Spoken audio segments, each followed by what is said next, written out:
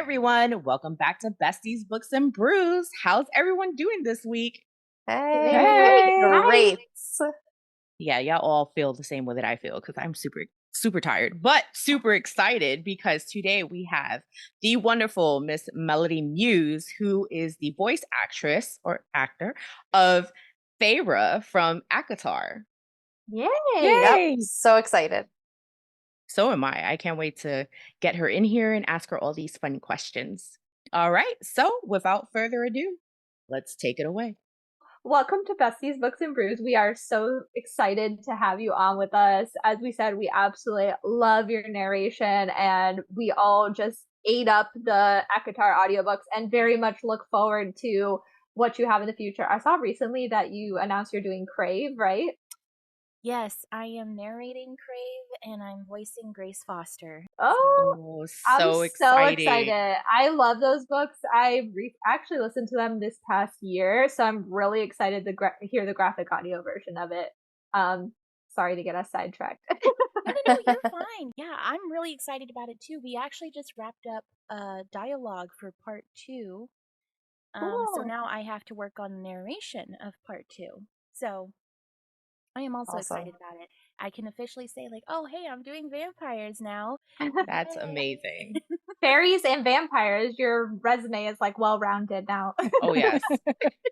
That's what I should put on my actual resume. It's like, look, I've narrated books with fairies and vampires and all sorts of other creatures. Like, kind of a big deal.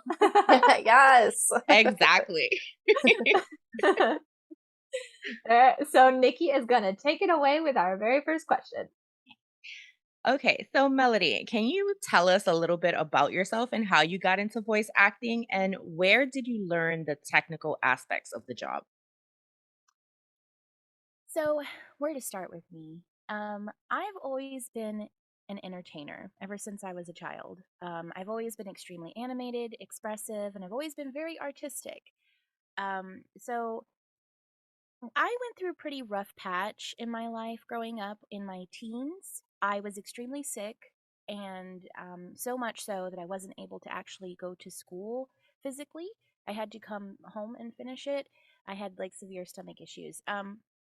So after we were able to figure out what was wrong with me, that those years, art was my escape. Art was what I went to get away from reality because I was really struggling with reality and I was physically ill and there just seemed to be no end in sight, so I lost myself in art. And voiceover was just one of many things. It's kind of funny. I love to draw, I like to write, and I love to create my own characters, my own worlds, my own stories. That's how lost I got into it. And I would even take it a step further. I gave these characters their own voices. I gave them their own personalities, and I would actually act scenes out with myself with these characters. I know it sounds kind of crazy when I put it that No, way. that's Not at all. amazing. And so, like, it's kind of a funny story because one day, basically, I was singing a lot of Disney and I was acting out the little scene and everything that was pertaining to it. It was just for fun. It's just fun to do sometimes. And, I've been singing since I was a child, so there's that whole thing. And my dad was just kind of like, you're really good at that. Maybe you should make that a career. And I don't know what happened, but it was like this big, gigantic light bulb moment. And I decided to take my crummy headset and I went on my PC and I just started volunteering for projects, like just auditioning to see if I would get it. And I did. I was immediately getting cast for stuff because I don't know, I was doing something right. um but I fell in love. Like I fell in love with just the auditioning process. Not even just getting cast, just I loved auditioning. Like that was fun. And I fell down that sweet, sweet rabbit hole. And I just continued to really expand on my artistic endeavors. I've just really embraced that side of myself.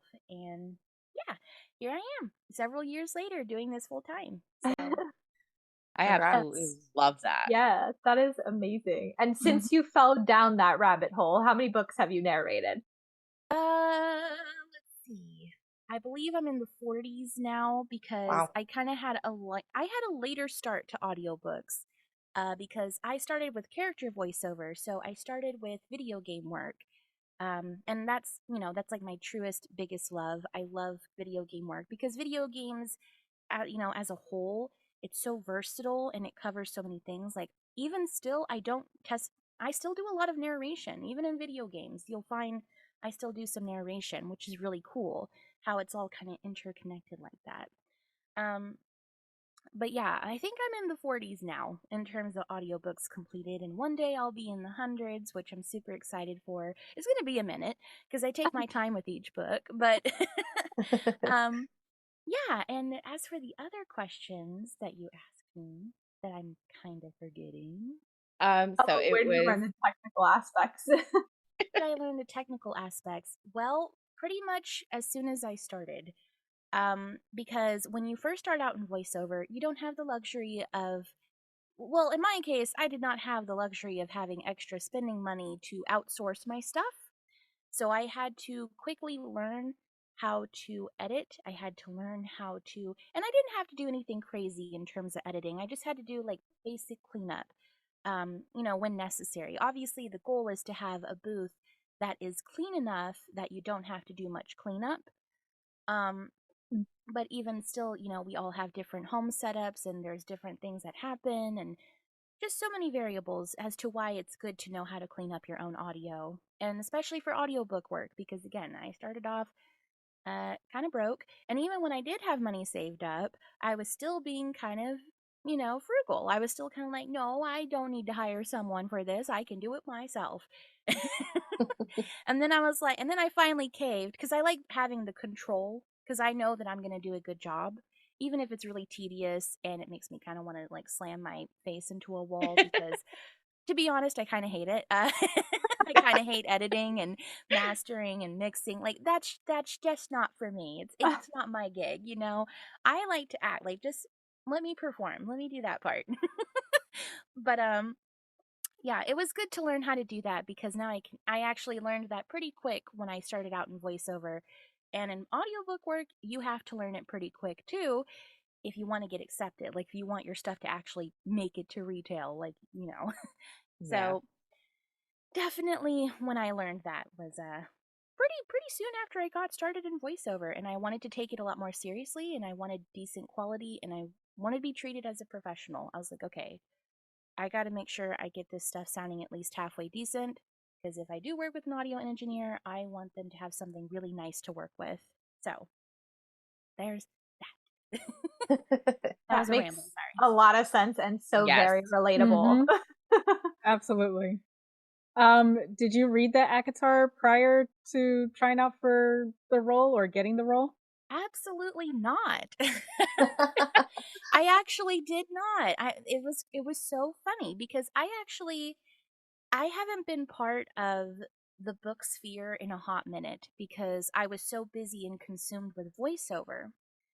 And even then, the books that I was getting cast in or that I was narrating, these weren't like super popular or big books.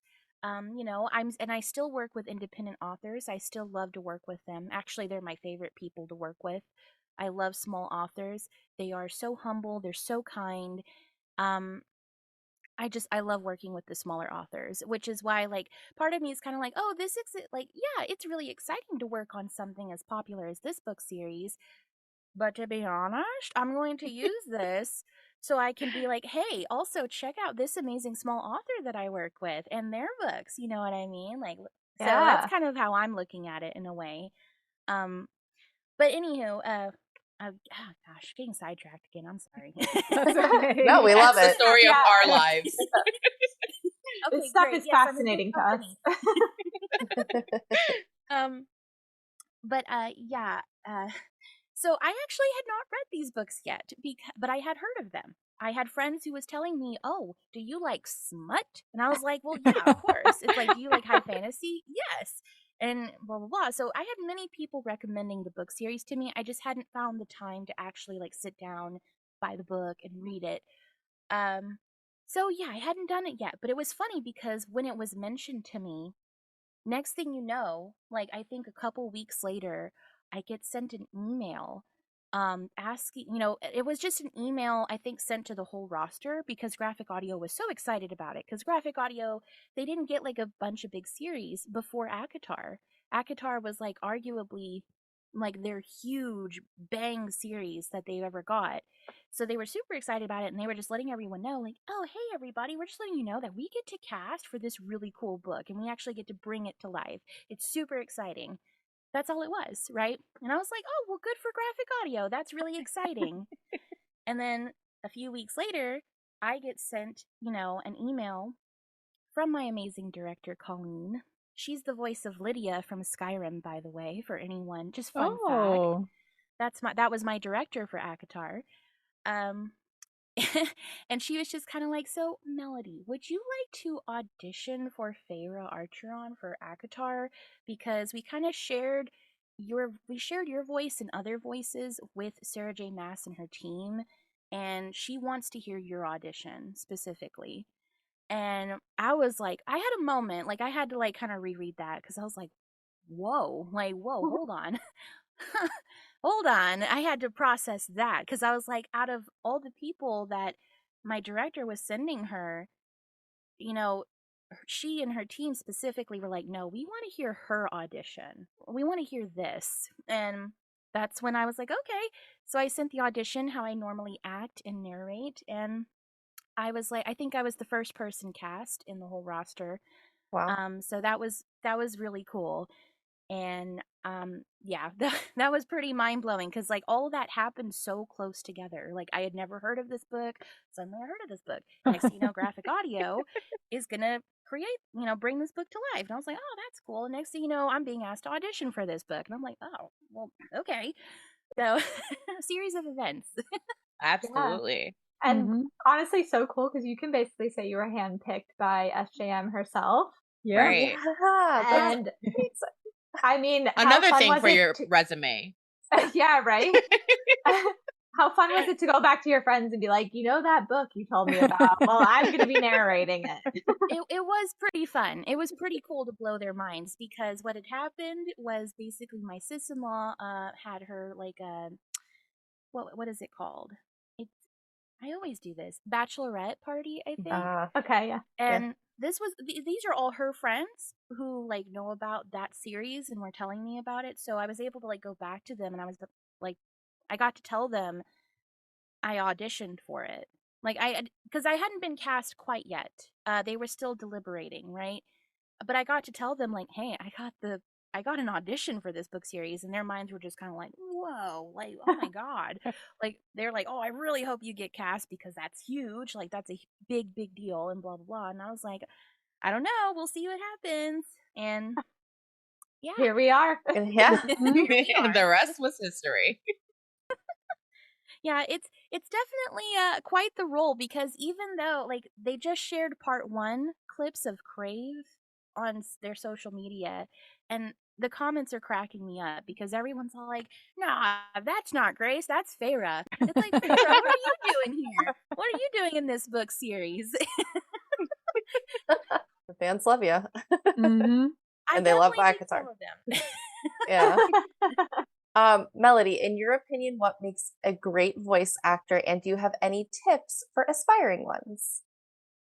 Ah, what an amazing question. Okay, so one of the first things about being an awesome voice actor, it's really finding yourself and your style and embracing that. It's really owning that you have your own pizzazz. You have your own flair to bring. Don't try to copy someone else. Don't try to mimic someone else. Embrace your voice, your sound, and own it because that's what they're going to cast you for. They want to cast real people, real voices, and based on the choices you yourself would make as that character. And I think getting coaching is really, really good, and I'm always going to recommend it because there's so much that a really good coach can teach you. But I think one of the best teachers is always going to be life. And I think as an actor, you can go through so many different experiences that you can apply to your performance. For example, one of my favorite things to do is to get angry as a character. I love to get angry as a character because I've gone through a lot of hard stuff that I would argue was really unfair and tough and challenging. And I haven't really had a lot of place in my life to be angry. I've never really had a moment where I could just be mad. And as a character, I feel like I get to do that. I feel like as a character, I finally get to let some of like that rage out. So it's very cathartic in that way, right?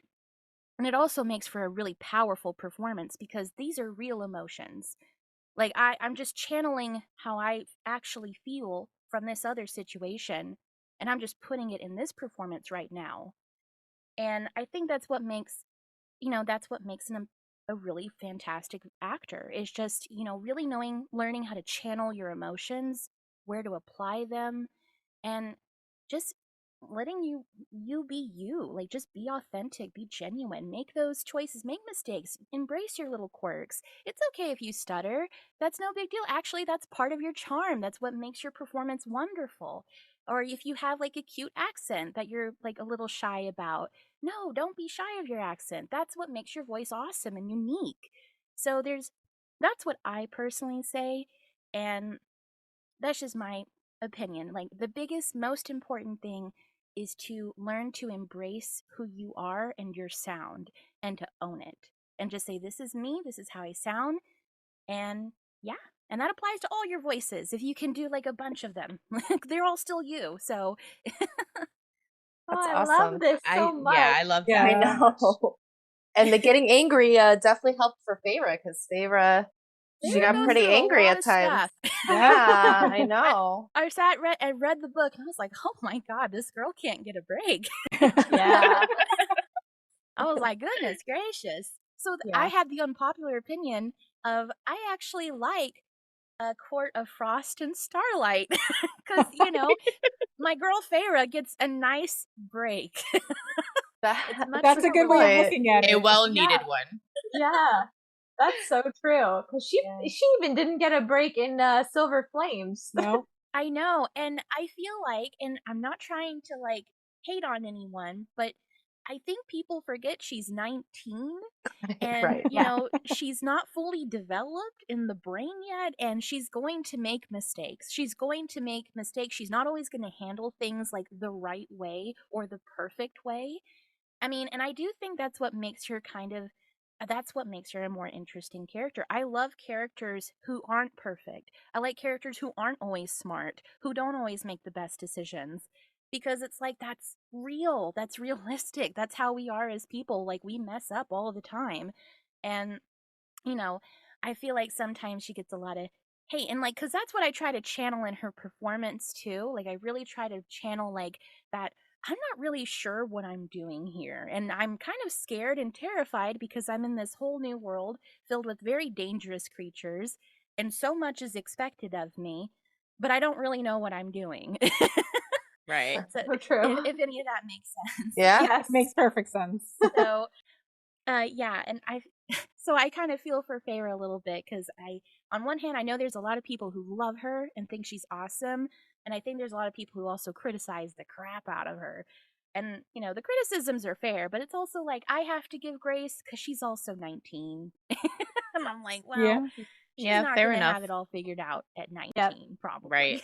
I Yes. mean, we're 40, we're in our 30s and 40s, and we still don't have it figured out. Oh, So, Mm-hmm. you that's what know, I tell anyone who's young. Like, that was so funny. I have a friend who's in her early 20s, right? And she told me, she's like, I don't know how you do it, but you just seem like you got it figured out. Like, you know what you're doing. And I was like, oh, well, I'm putting on one hell of a facade because I don't know what I'm doing. Because I'm 29 and I'm just like, hey, I'm just doing the best I can. Okay. Like, that's what I do. That's what Right. I do for a career. I do the best that I can. Okay. That's all we can do. exactly. Exactly. So, I know you said you eventually read the book, so I'm curious, like, after being told you were gonna play Feyre, did you jump right into reading the books, doing research on Feyre? And then it's actually a two-pronged question. I was also just curious if there was any pressure to the role, knowing that you were going to be the actual book narrator. So, yes, I did do a little bit of research. Again, my amazing director. actually sent me the Wikipedia for this book, and I had to process that for a moment because, like, oh my gosh, this book is a big deal. It's got its own Wikipedia page. So I was like, okay. So I actually took the time to read about her in that, and I read about some of her relationships, like the really important ones, big ones. And then I read the first book because I don't want to overload my brain too much. So I like to take it one book at a time, like whatever book I'm working on. Um, and yeah, I read that book, I think, in like one day because I did really get into it. So, and as for the second part of the question, yes, there was a lot of pressure. I was feeling it. And usually I'm pretty cool, calm, and collected when I'm doing voiceover because I'm so confident in my ability with it.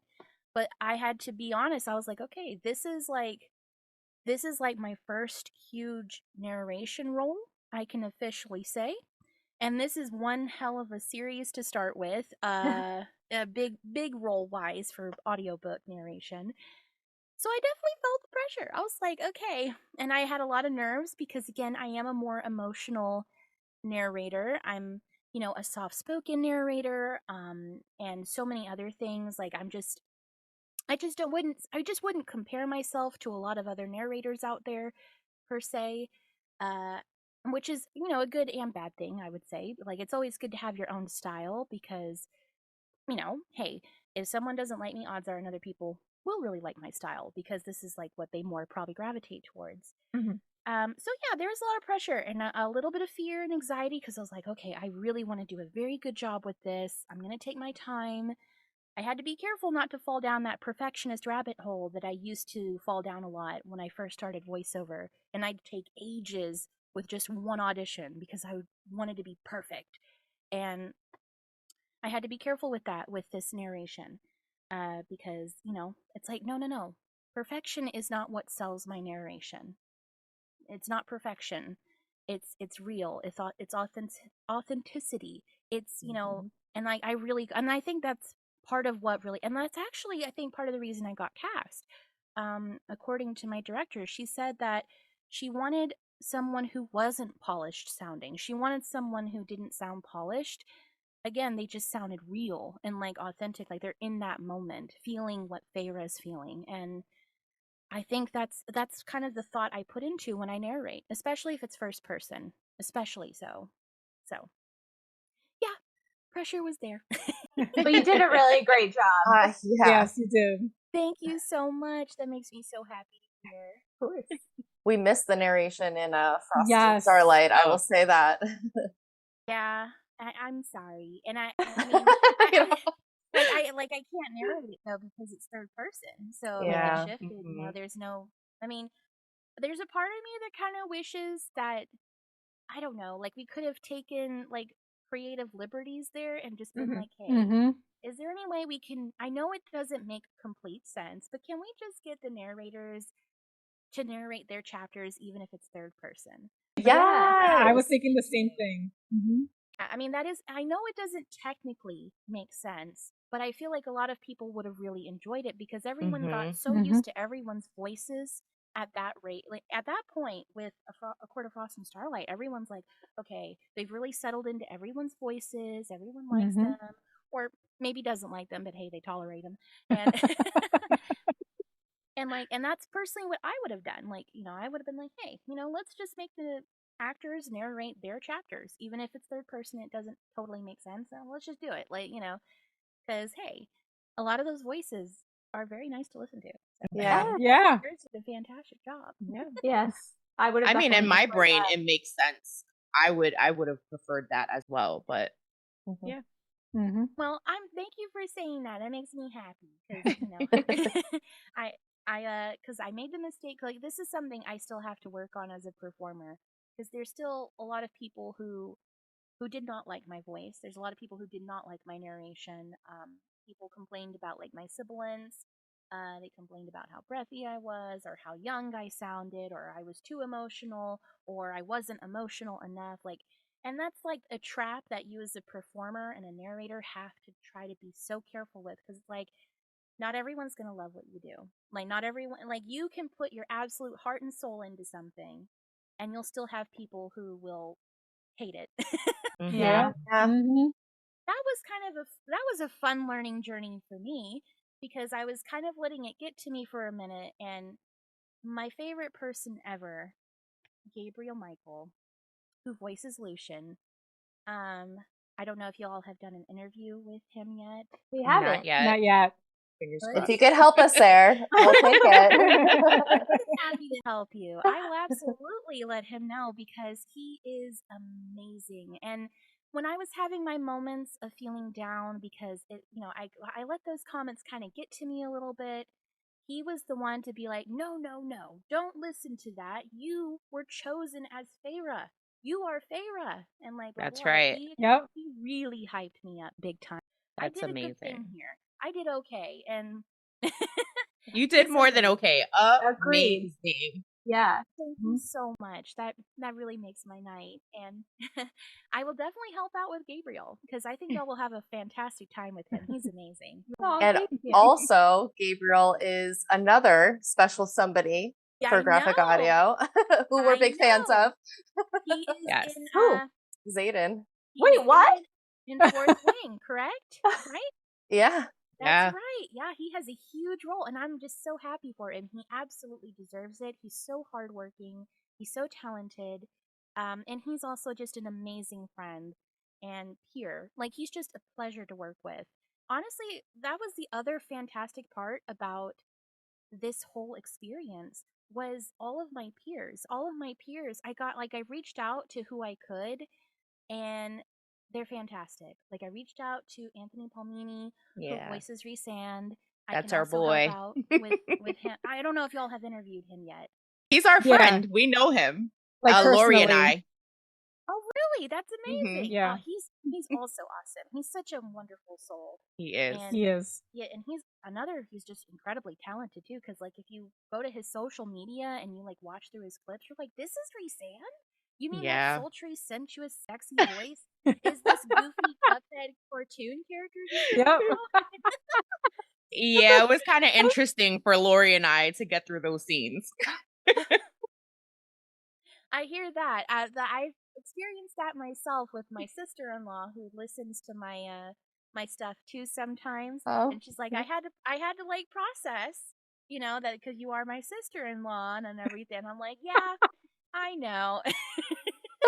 But she was able to get through it, and she still loved it, so that was good. I was like, okay, cool. And that's not me for those hours. That'd be great.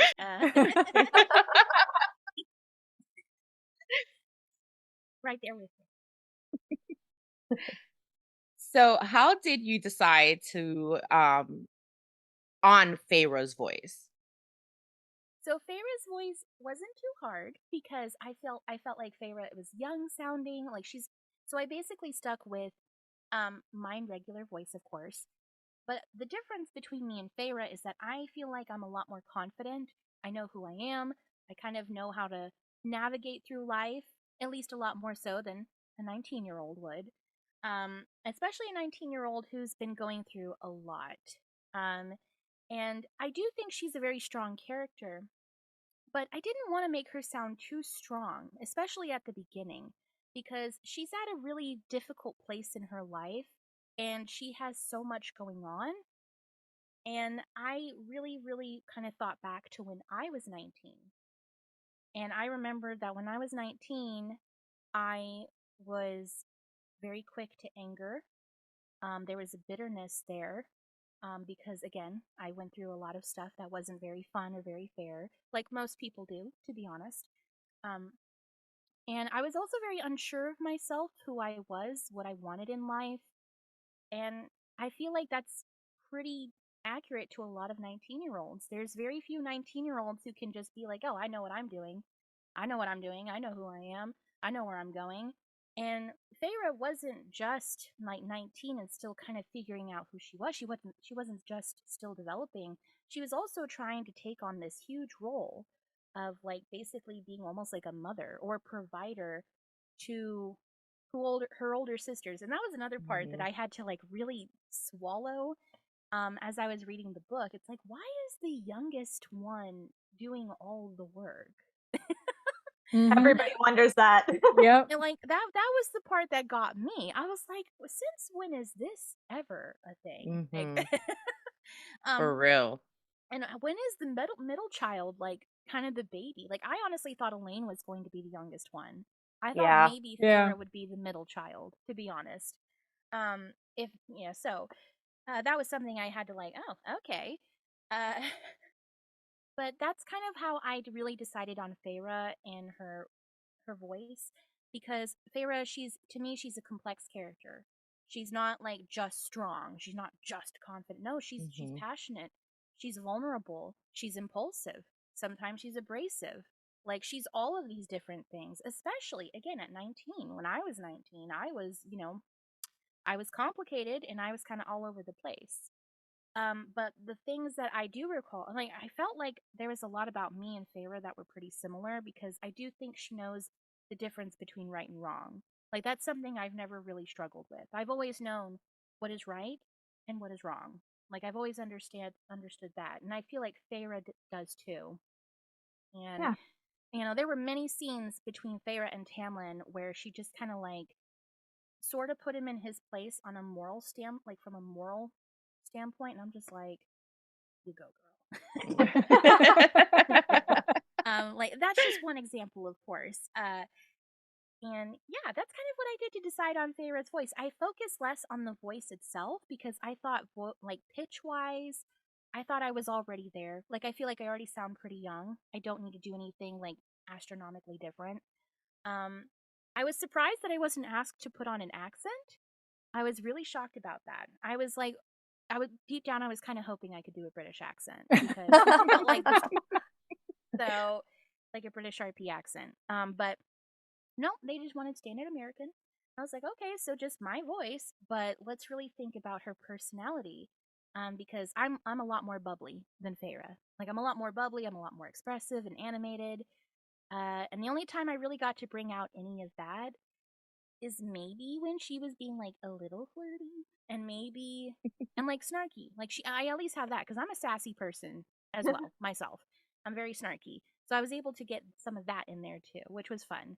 And that's like, not to steer away from Akatar, but I think that's kind of what I'm excited about with Grace. I feel like with Grace, I was given way more room to actually be like a little more bubbly and more fun and playful, because Grace seems more mischievous to me. Like she's a lot more Mhm. Yeah. mischievous. So that was really fun for me. I was like, yeah. Whereas Feyre's in a much different place compared to Grace. Feyre's really, really going through the ringer, but pretty much the entire book series. Oh yeah. Yeah. Just tired. I think I'm 21 and I'm ready to retire. I think Feyre had to grow up super fast, but Grace is like Yeah. actually high school because she was only like what 17 in that book, Yeah, if I remember correctly. Yeah. it's teens. Yeah, and I mean the big thing with Grace though, because she's also going through her own really tough situation because her parents died, like both of them passed away, in a pretty terrible accident, and so she's going through that thing, and she's having to get like acclimated to a whole new, like again, kind of similar to Feyre because they both get introduced to a new space, a new Right. world, new people, and that's not easy. It's not easy to get acclimated to all of that. It's a huge change, a huge shift. So, yeah, they have that in common as well. Mhm. I really look forward to hearing your version of it because I actually listened to Crave on audio when I first did, but I didn't love the audiobook with that, so I'm really excited to hear yours. I really hope you love it. I will. I know I will. I love the Akatar. Like, I think you did such a good job. I've really been looking forward to this because, like, I really liked the Crave series. So when I saw that you were going to be narrating it, I got really excited. Yay! Oh my gosh. Oh, that just makes my night even better. Wow.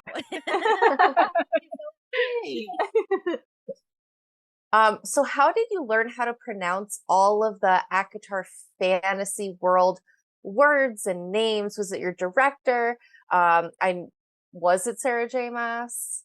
Yes, it was Sarah J. Maas and her team. They were Okay. kind enough to provide us actual pronunciations. So for everyone who's mad that it's not Rysand, Thank goodness it's not rice sand. I'm gonna have that hot take. That's a terrible way to pronounce the name. That's how I Not pronounce sound it. Resand. I'm with you, Melody. Yeah, I'm sorry. Reese is the cuter nickname, not Rice. How you doing, Rice? I'm sorry. I'm gonna have a passionate moment right there about that real quick, because the amount of people who are like, "It's not Resand, it's rice sand," and it's like, no, that doesn't even sound good. What do you mean? So these are actual official pronunciations from Sarah J. Maas and her team, and my Okay. director was there with me along the whole way with the dialogue, because she only directed me for the dialogue, not the narration. The narration I did on my own. So, yeah, and she was really kind to put parentheses a lot of the time, the fantasy words. So that helped a lot, in case I would forget. But I don't know. Sometimes the words are so, like, distinct that you're like, well, I'm not going to forget that.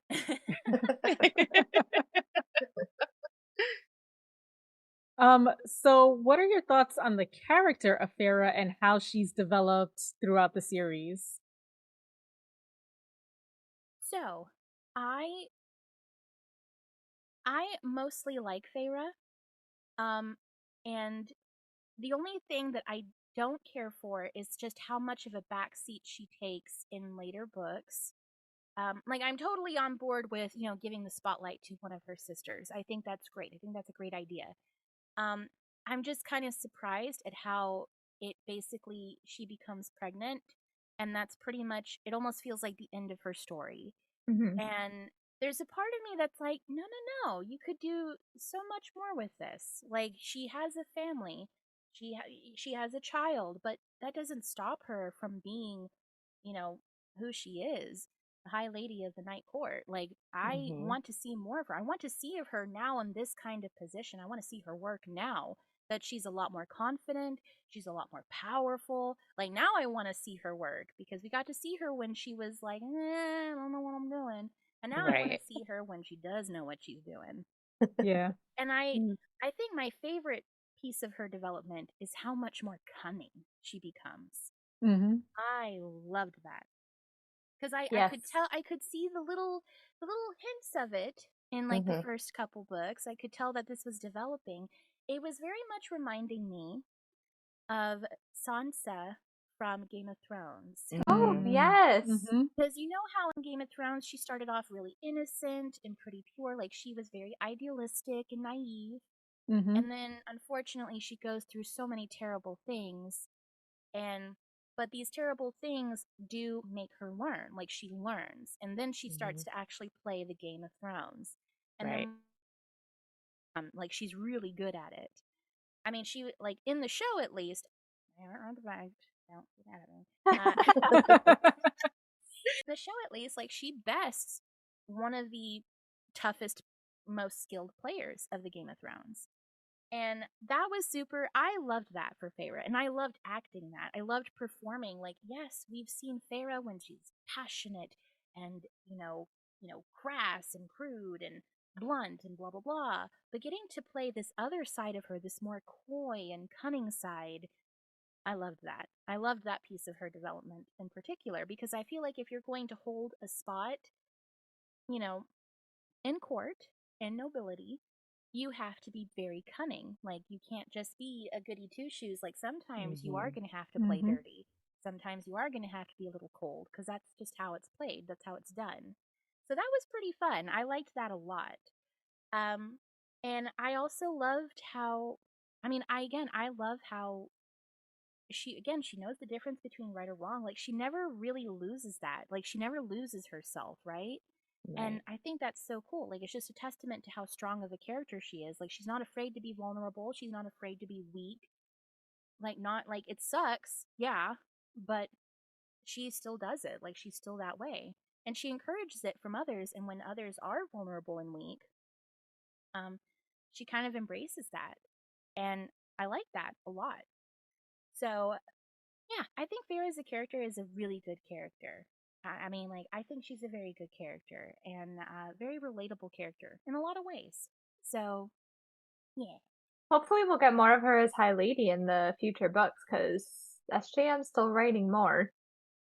I hope so too. I would love for her to make an appearance again, like have like a really big role once more. Um, but I do love the idea of putting the spotlight on the other sisters because I think Mhm. they deserve a chance to like really shine and be interesting. Because like, well, if Feyre's this cool, then let's look at Elaine. Let's see. I mean, oh good lord, let's help Elaine out. She needs help. Yeah. Um, Yeah. Not if looking I'm being forward to her honest. book. Yeah, like I like Elaine and I like the voice actress for Elaine, so it's like, yeah.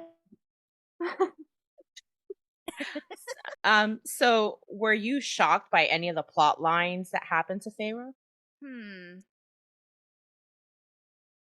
To be honest, because I had not read the books, I was a little bit taken aback uh with the Rhysand and Tamlin thing because I felt like, her and Tamlin were quite cute together in the first book. Mhm. Uh so when Rhysand came into the picture, I was kind of like, "Oh, hold up. Wait,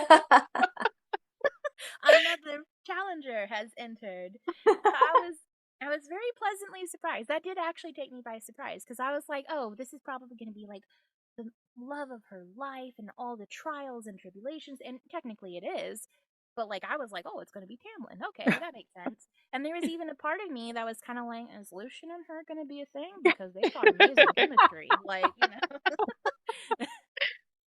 And I was even telling Gabriel that. I was like, I still low key kind of wish I could see a side story of Feyre and Lucian, I'd read it. I would Same. too. like they Same. have amazing chemistry. I could totally see it. I'm just saying. Yep. Yep. So that's my hot take on that. Yeah. But I do love Rhysand. Like Rhysand is great. Um, and let's see another one. I was kind of surprised by the pregnancy thing. I wouldn't call that like a plot line, but I was kind of surprised that that happened so soon. Um, Mm-hmm. but it happened. Uh, and I was also surprised that Nesta and Elaine got converted to High Fae as well. Oh Mhm. yeah, Yeah. yeah. I was pretty surprised by that too. And I was like, damn, that's brutal because they kind of hate the Fae and Mm-hmm. now they're Fae. So that's rough. Yeah. I mean, and yeah, so there was definitely a few moments where I was kind of like, oh, whoa, didn't see that coming. But I think those were the big ones for me. Um, yeah, personally. Rule of thumb in an SJM book: don't get attached to the first guy. Yeah, this is a lesson I have learned, and I think I'm learning this lesson also for another series that I'm doing. Are you reading Throne of Glass, or you're talking about one that you're narrating? The one, yeah, this one that I'm narrating, the new one I'm Oh, working okay. on. Yeah, Oh, because now I've kind of fast forwarded a little bit because I'm doing my research, and I was like, oh, okay. So yeah. yeah. Sarah, you remember when I was reading that and I was like, I think she's gonna end up with this guy. Yep. Like, yeah, from the very beginning, I was like, But yes, I know what you mean. So we know that there are tons of aspects to the graphic audio narration. So you have to do the sound effects, dialogue, fight scenes, spicy things like that. So what was the most challenging part about acting in the Akatar audiobooks? Okay, so I think everyone knows this, but just to make it clear that I did not personally do any of the effects or like music or anything like that. Like that, we have a whole sound team who does all that. I just did the performance. Like, that's all I did. Like I just narrated and recorded myself narrating and recorded myself, doing the dialogue. But I think everyone knows that. Just wanted to make it extra clear because I was like, oh, I didn't do all that. That'd be amazing. I do that. Um, However, in terms of like the hardest part of acting, um, it was definitely for me, it had to be like not going too fast because I am a fast talker. And something that I have to really be mindful of sometimes is that I need to slow it down a little bit. It's kind of tricky with graphic audio though, because they actually like it when you talk fast and when you narrate fast. Because these books are a little bit more action packed, like they're a little bit more like, ooh, like, this isn't meant to relax you, silly goose. This is meant to really like engage you. You know what I mean? So that was, but I had to make sure that in certain moments, certain like emotional scenes, I had to like slow it down. Like we're bringing it down now, and we really want people to hear me and what I'm saying and what I'm feeling. Most importantly, they need to hear the nuances because there's a lot of moments in the book that have these nuanced scenes where it's not just one emotion, it's a mixture of emotions, like it's anger and sadness, or happiness and frustration, or just those types of things. And those are, ironically, those are my favorite bits to do. I love those types of scenes where I have to really stop and slow it down and think about it some, and you know process those different emotions and combine them in a tasteful, relatable, natural manner. So So I know that you said you loved Frost and Starlight because Feyre gets a little bit of a break, but did you have a favorite one to act in? Was it that one? Was it a different one? yes, I do have a different one. Um, Actually, I have two that I really, really liked working on in particular. I loved A Court of Mist and Fury. That one was That one was fabulous to act in. And I actually loved A Court of, which one is this again? Gosh, there's so many. Yeah. The third one, the pink one. Wings and Ruin. Yeah. Wings and Ruin. Thank you. And that was actually funnily enough, that's the one I really loved to perform in because that one was the one that had like those really intense scenes. Like it was rough on the vocal cords, but that moment, I think we all know which moment. The moment when a certain someone we think goes bye bye, okay, and I had to like Yeah. really build that up because that was oof. Um, I guess we could say that was another like, oh my gosh, I'm surprised that they're trying to, off this guy. Uh, Yeah. but I also deep down knew like they're not gonna off this guy. Like, no. But you were believable. I was Yes. sitting there like, what is happening? Yes.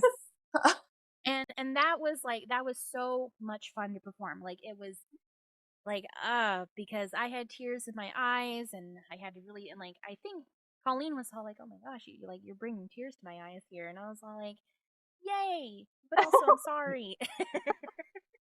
Sorry, not sorry. Sorry, not sorry. That means I'm doing my job. um, so yeah, I loved those scenes. I love the scenes that call for nuance, and then I like the scenes that call for just full blown raw emotion, like just and that was raw because it's like, oh my gosh, like this is earth shattering, truly. So we need to really convey that. We need to really convey that. So yes, those two books I really liked it because I feel like in A Court of Mist and Fury, in A Court of Wings and Ruin, I got to play with that coyness and that cunning, and that was really fun for me.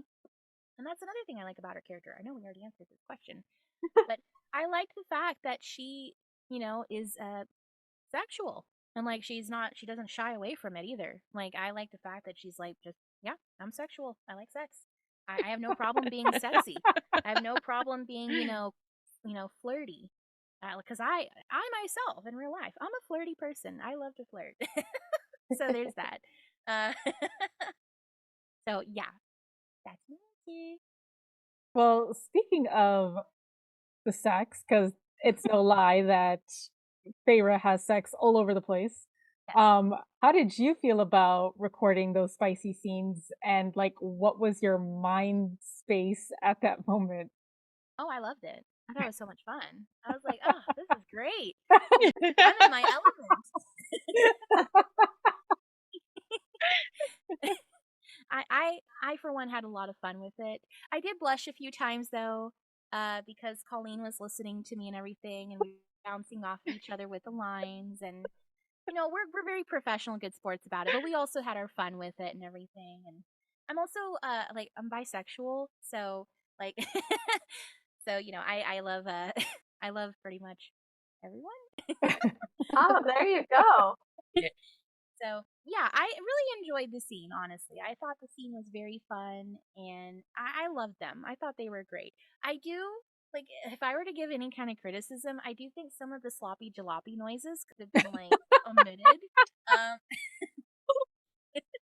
I love it. I will admit maybe the sloppy jalopy noises could have like been, muted or silenced. But I like the kissing noises. I love the moans. I love moans. Moans are great. Moans are fun. And I think everyone was like, "Oh yeah, yeah, we love moans, especially They were like hot. Yeah. yeah, yeah, those are great. But no one needs to hear me vomiting or hear me, my saliva. Could have definitely done without the vomiting noises. Exactly. Yeah, and Yeah. poor I Feyre, she oh was my gosh, always. that was so rough. Like, I'm like, oh my god, this girl just doesn't stop vomiting. And Colleen's like, I'm so sorry, but she does this again. You have to vomit again. And I was like, oh my, like you're killing me, Colleen. You're killing me. Literally. Like you said, didn't do the noise in the background, but you did have to do like the moaning and the vomiting noises, right? Yes. Oh, Yes, okay. correct. I did have to make those noises. And sometimes they'll be like, "Oh, do you have can you make like a gulping noise? Like, can you like drink some water?" And I'm like, "Yeah, I could do that." And I do it, and I'm like, "Did you get it?" I don't think I'm a very audible drinker. I'm not like, that's like, is that what you're looking for? Feyre loves her wine, her fairy wine. Mhm. So Yeah. I also would like a taste of her fairy wine, to be honest. yeah. I would also like a sip of that, please. Would like Rhysand to be giving me that fairy wine. Yeah. Oh, there you go. I'll take Tamlin. So are you a fan of fantasy books? And if so, do you have a favorite book or series? Okay, so I haven't done like a lot of reading of the fantasy books lately because again, my job is to read. Like I narrate and I do a lot of voiceovers, so usually I try not to do that as like my hobby. Uh, but even though I have a stack of books I got to get to. But my favorite books are actually from my childhood, to be honest. So, like, one of my favorite series of all time, and it'll always stick with me, is the Percy Jackson and the Olympians series. I love that series. And I actually liked the Charlie Bone series by Jenny Nemo. Charlie Bone and the Red King's Children, or something like that. I loved that book series too. That's actually the book series that really got me into reading. And then eventually I found Percy Jackson, and I just, oh my god, I fell so in love. I was like, this series is amazing. I love this so much.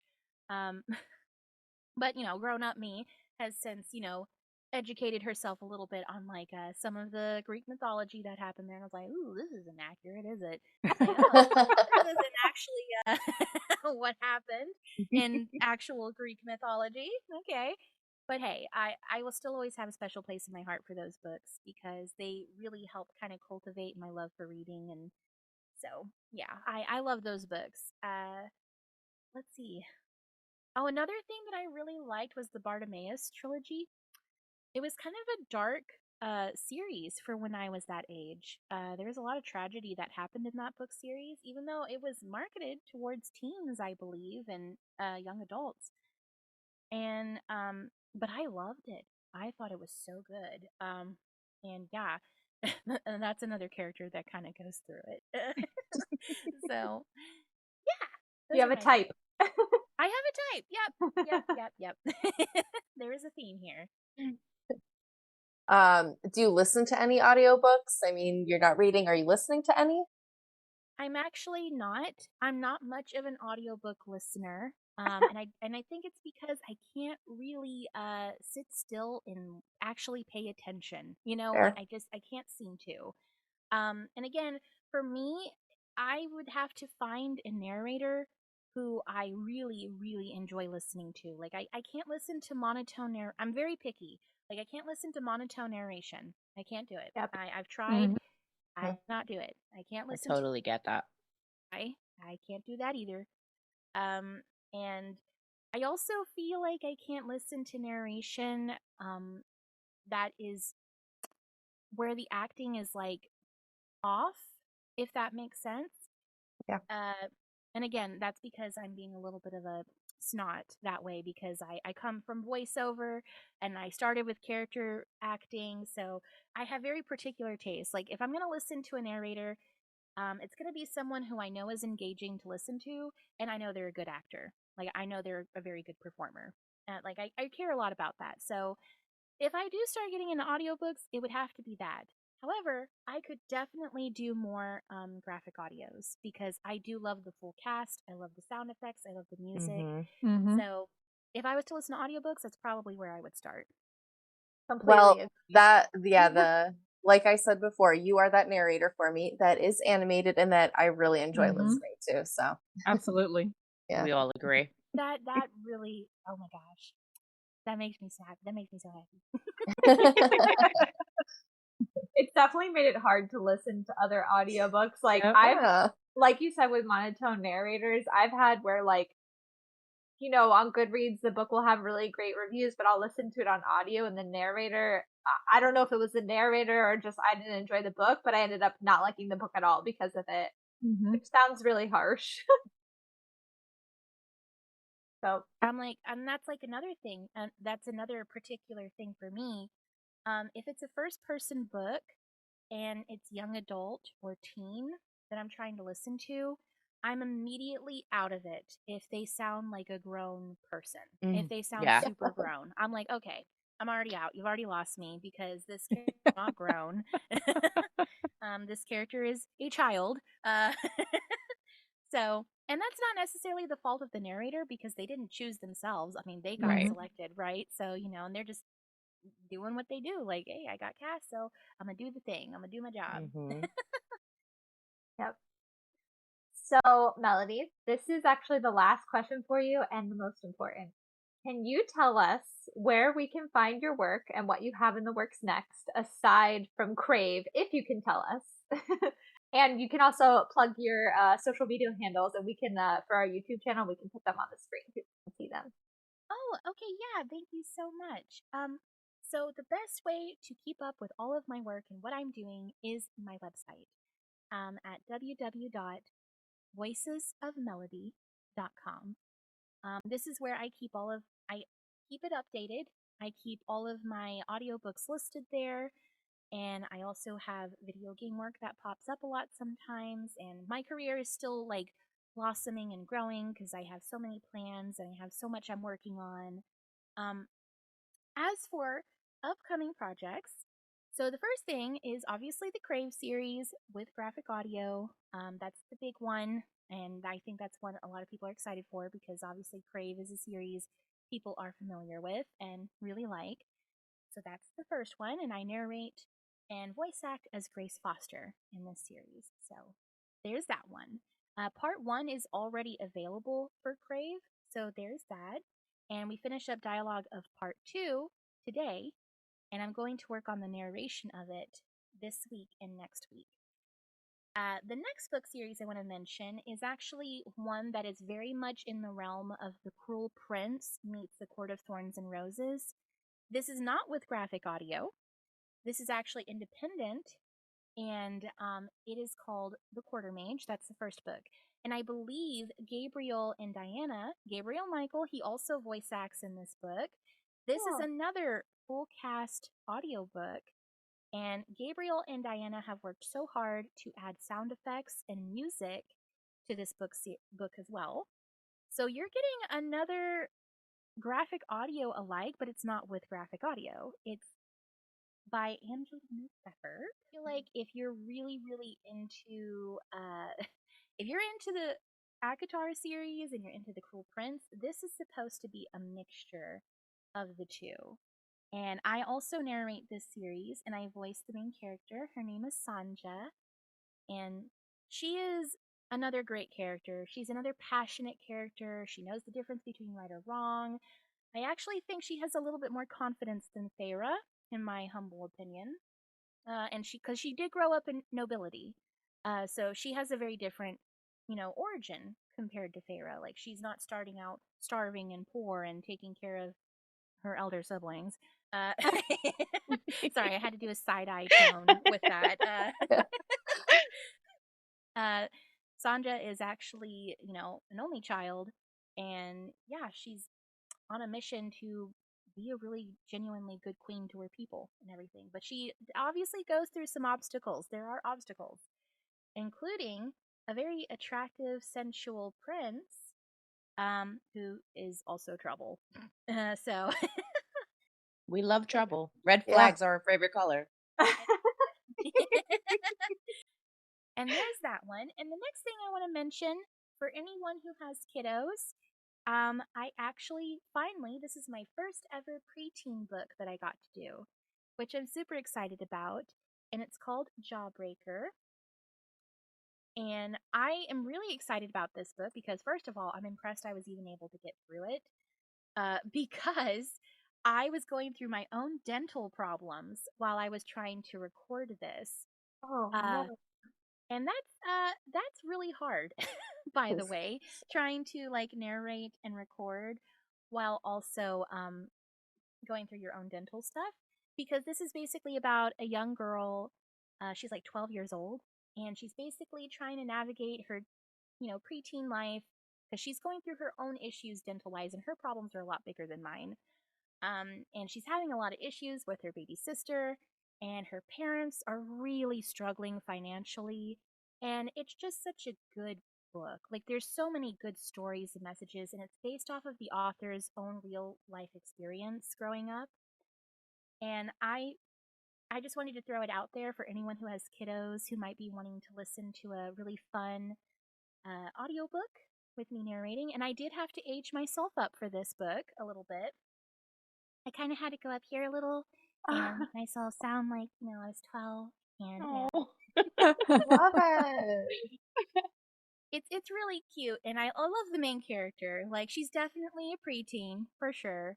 But, she honestly has a very good head on her shoulders considering everything she has to go through. Um, and yeah, it was a really fun book, honestly. It was really good. And I'm so happy it was my first preteen book. And I hope to get more of those because those are so fun. Those are so fun. Kids stuff is just great. Oh, That's so awesome. And honestly, I am about to add Quarter Mage to my TBR because I loved Cruel Prince too. So Mhm. my never ending TBR that just keeps growing.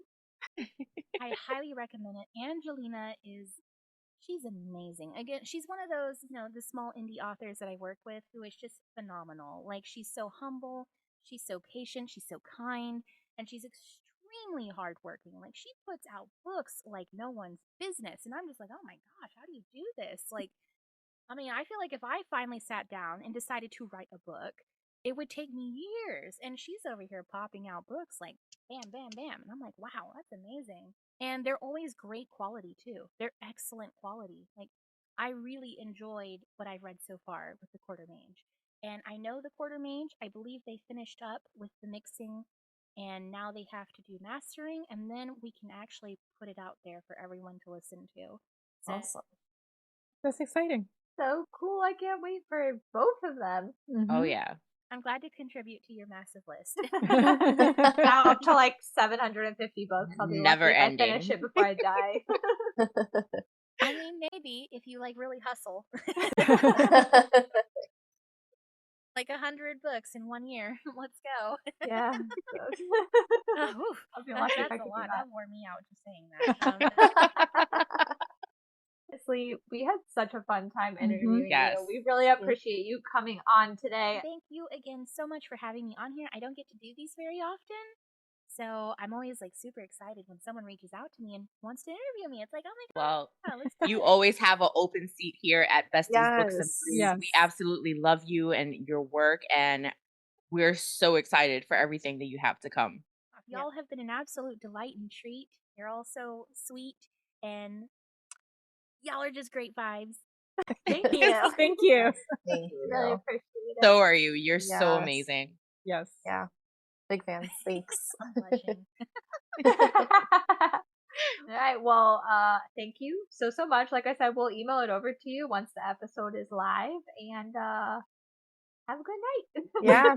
I hope you four wonderful people also have a wonderful night and happy holidays. Same Happy to you. Happy holidays to you. holidays. All right, besties. We hope that you enjoyed the interview with the amazing Melody, and we wish her all the best. We love her here at Besties Books and Brews. Make sure that you all follow and check out all of her upcoming projects. Follow her socials. Go to her website. Get everything Melody. We absolutely love her, and we hope you do too. Thank you for tuning in.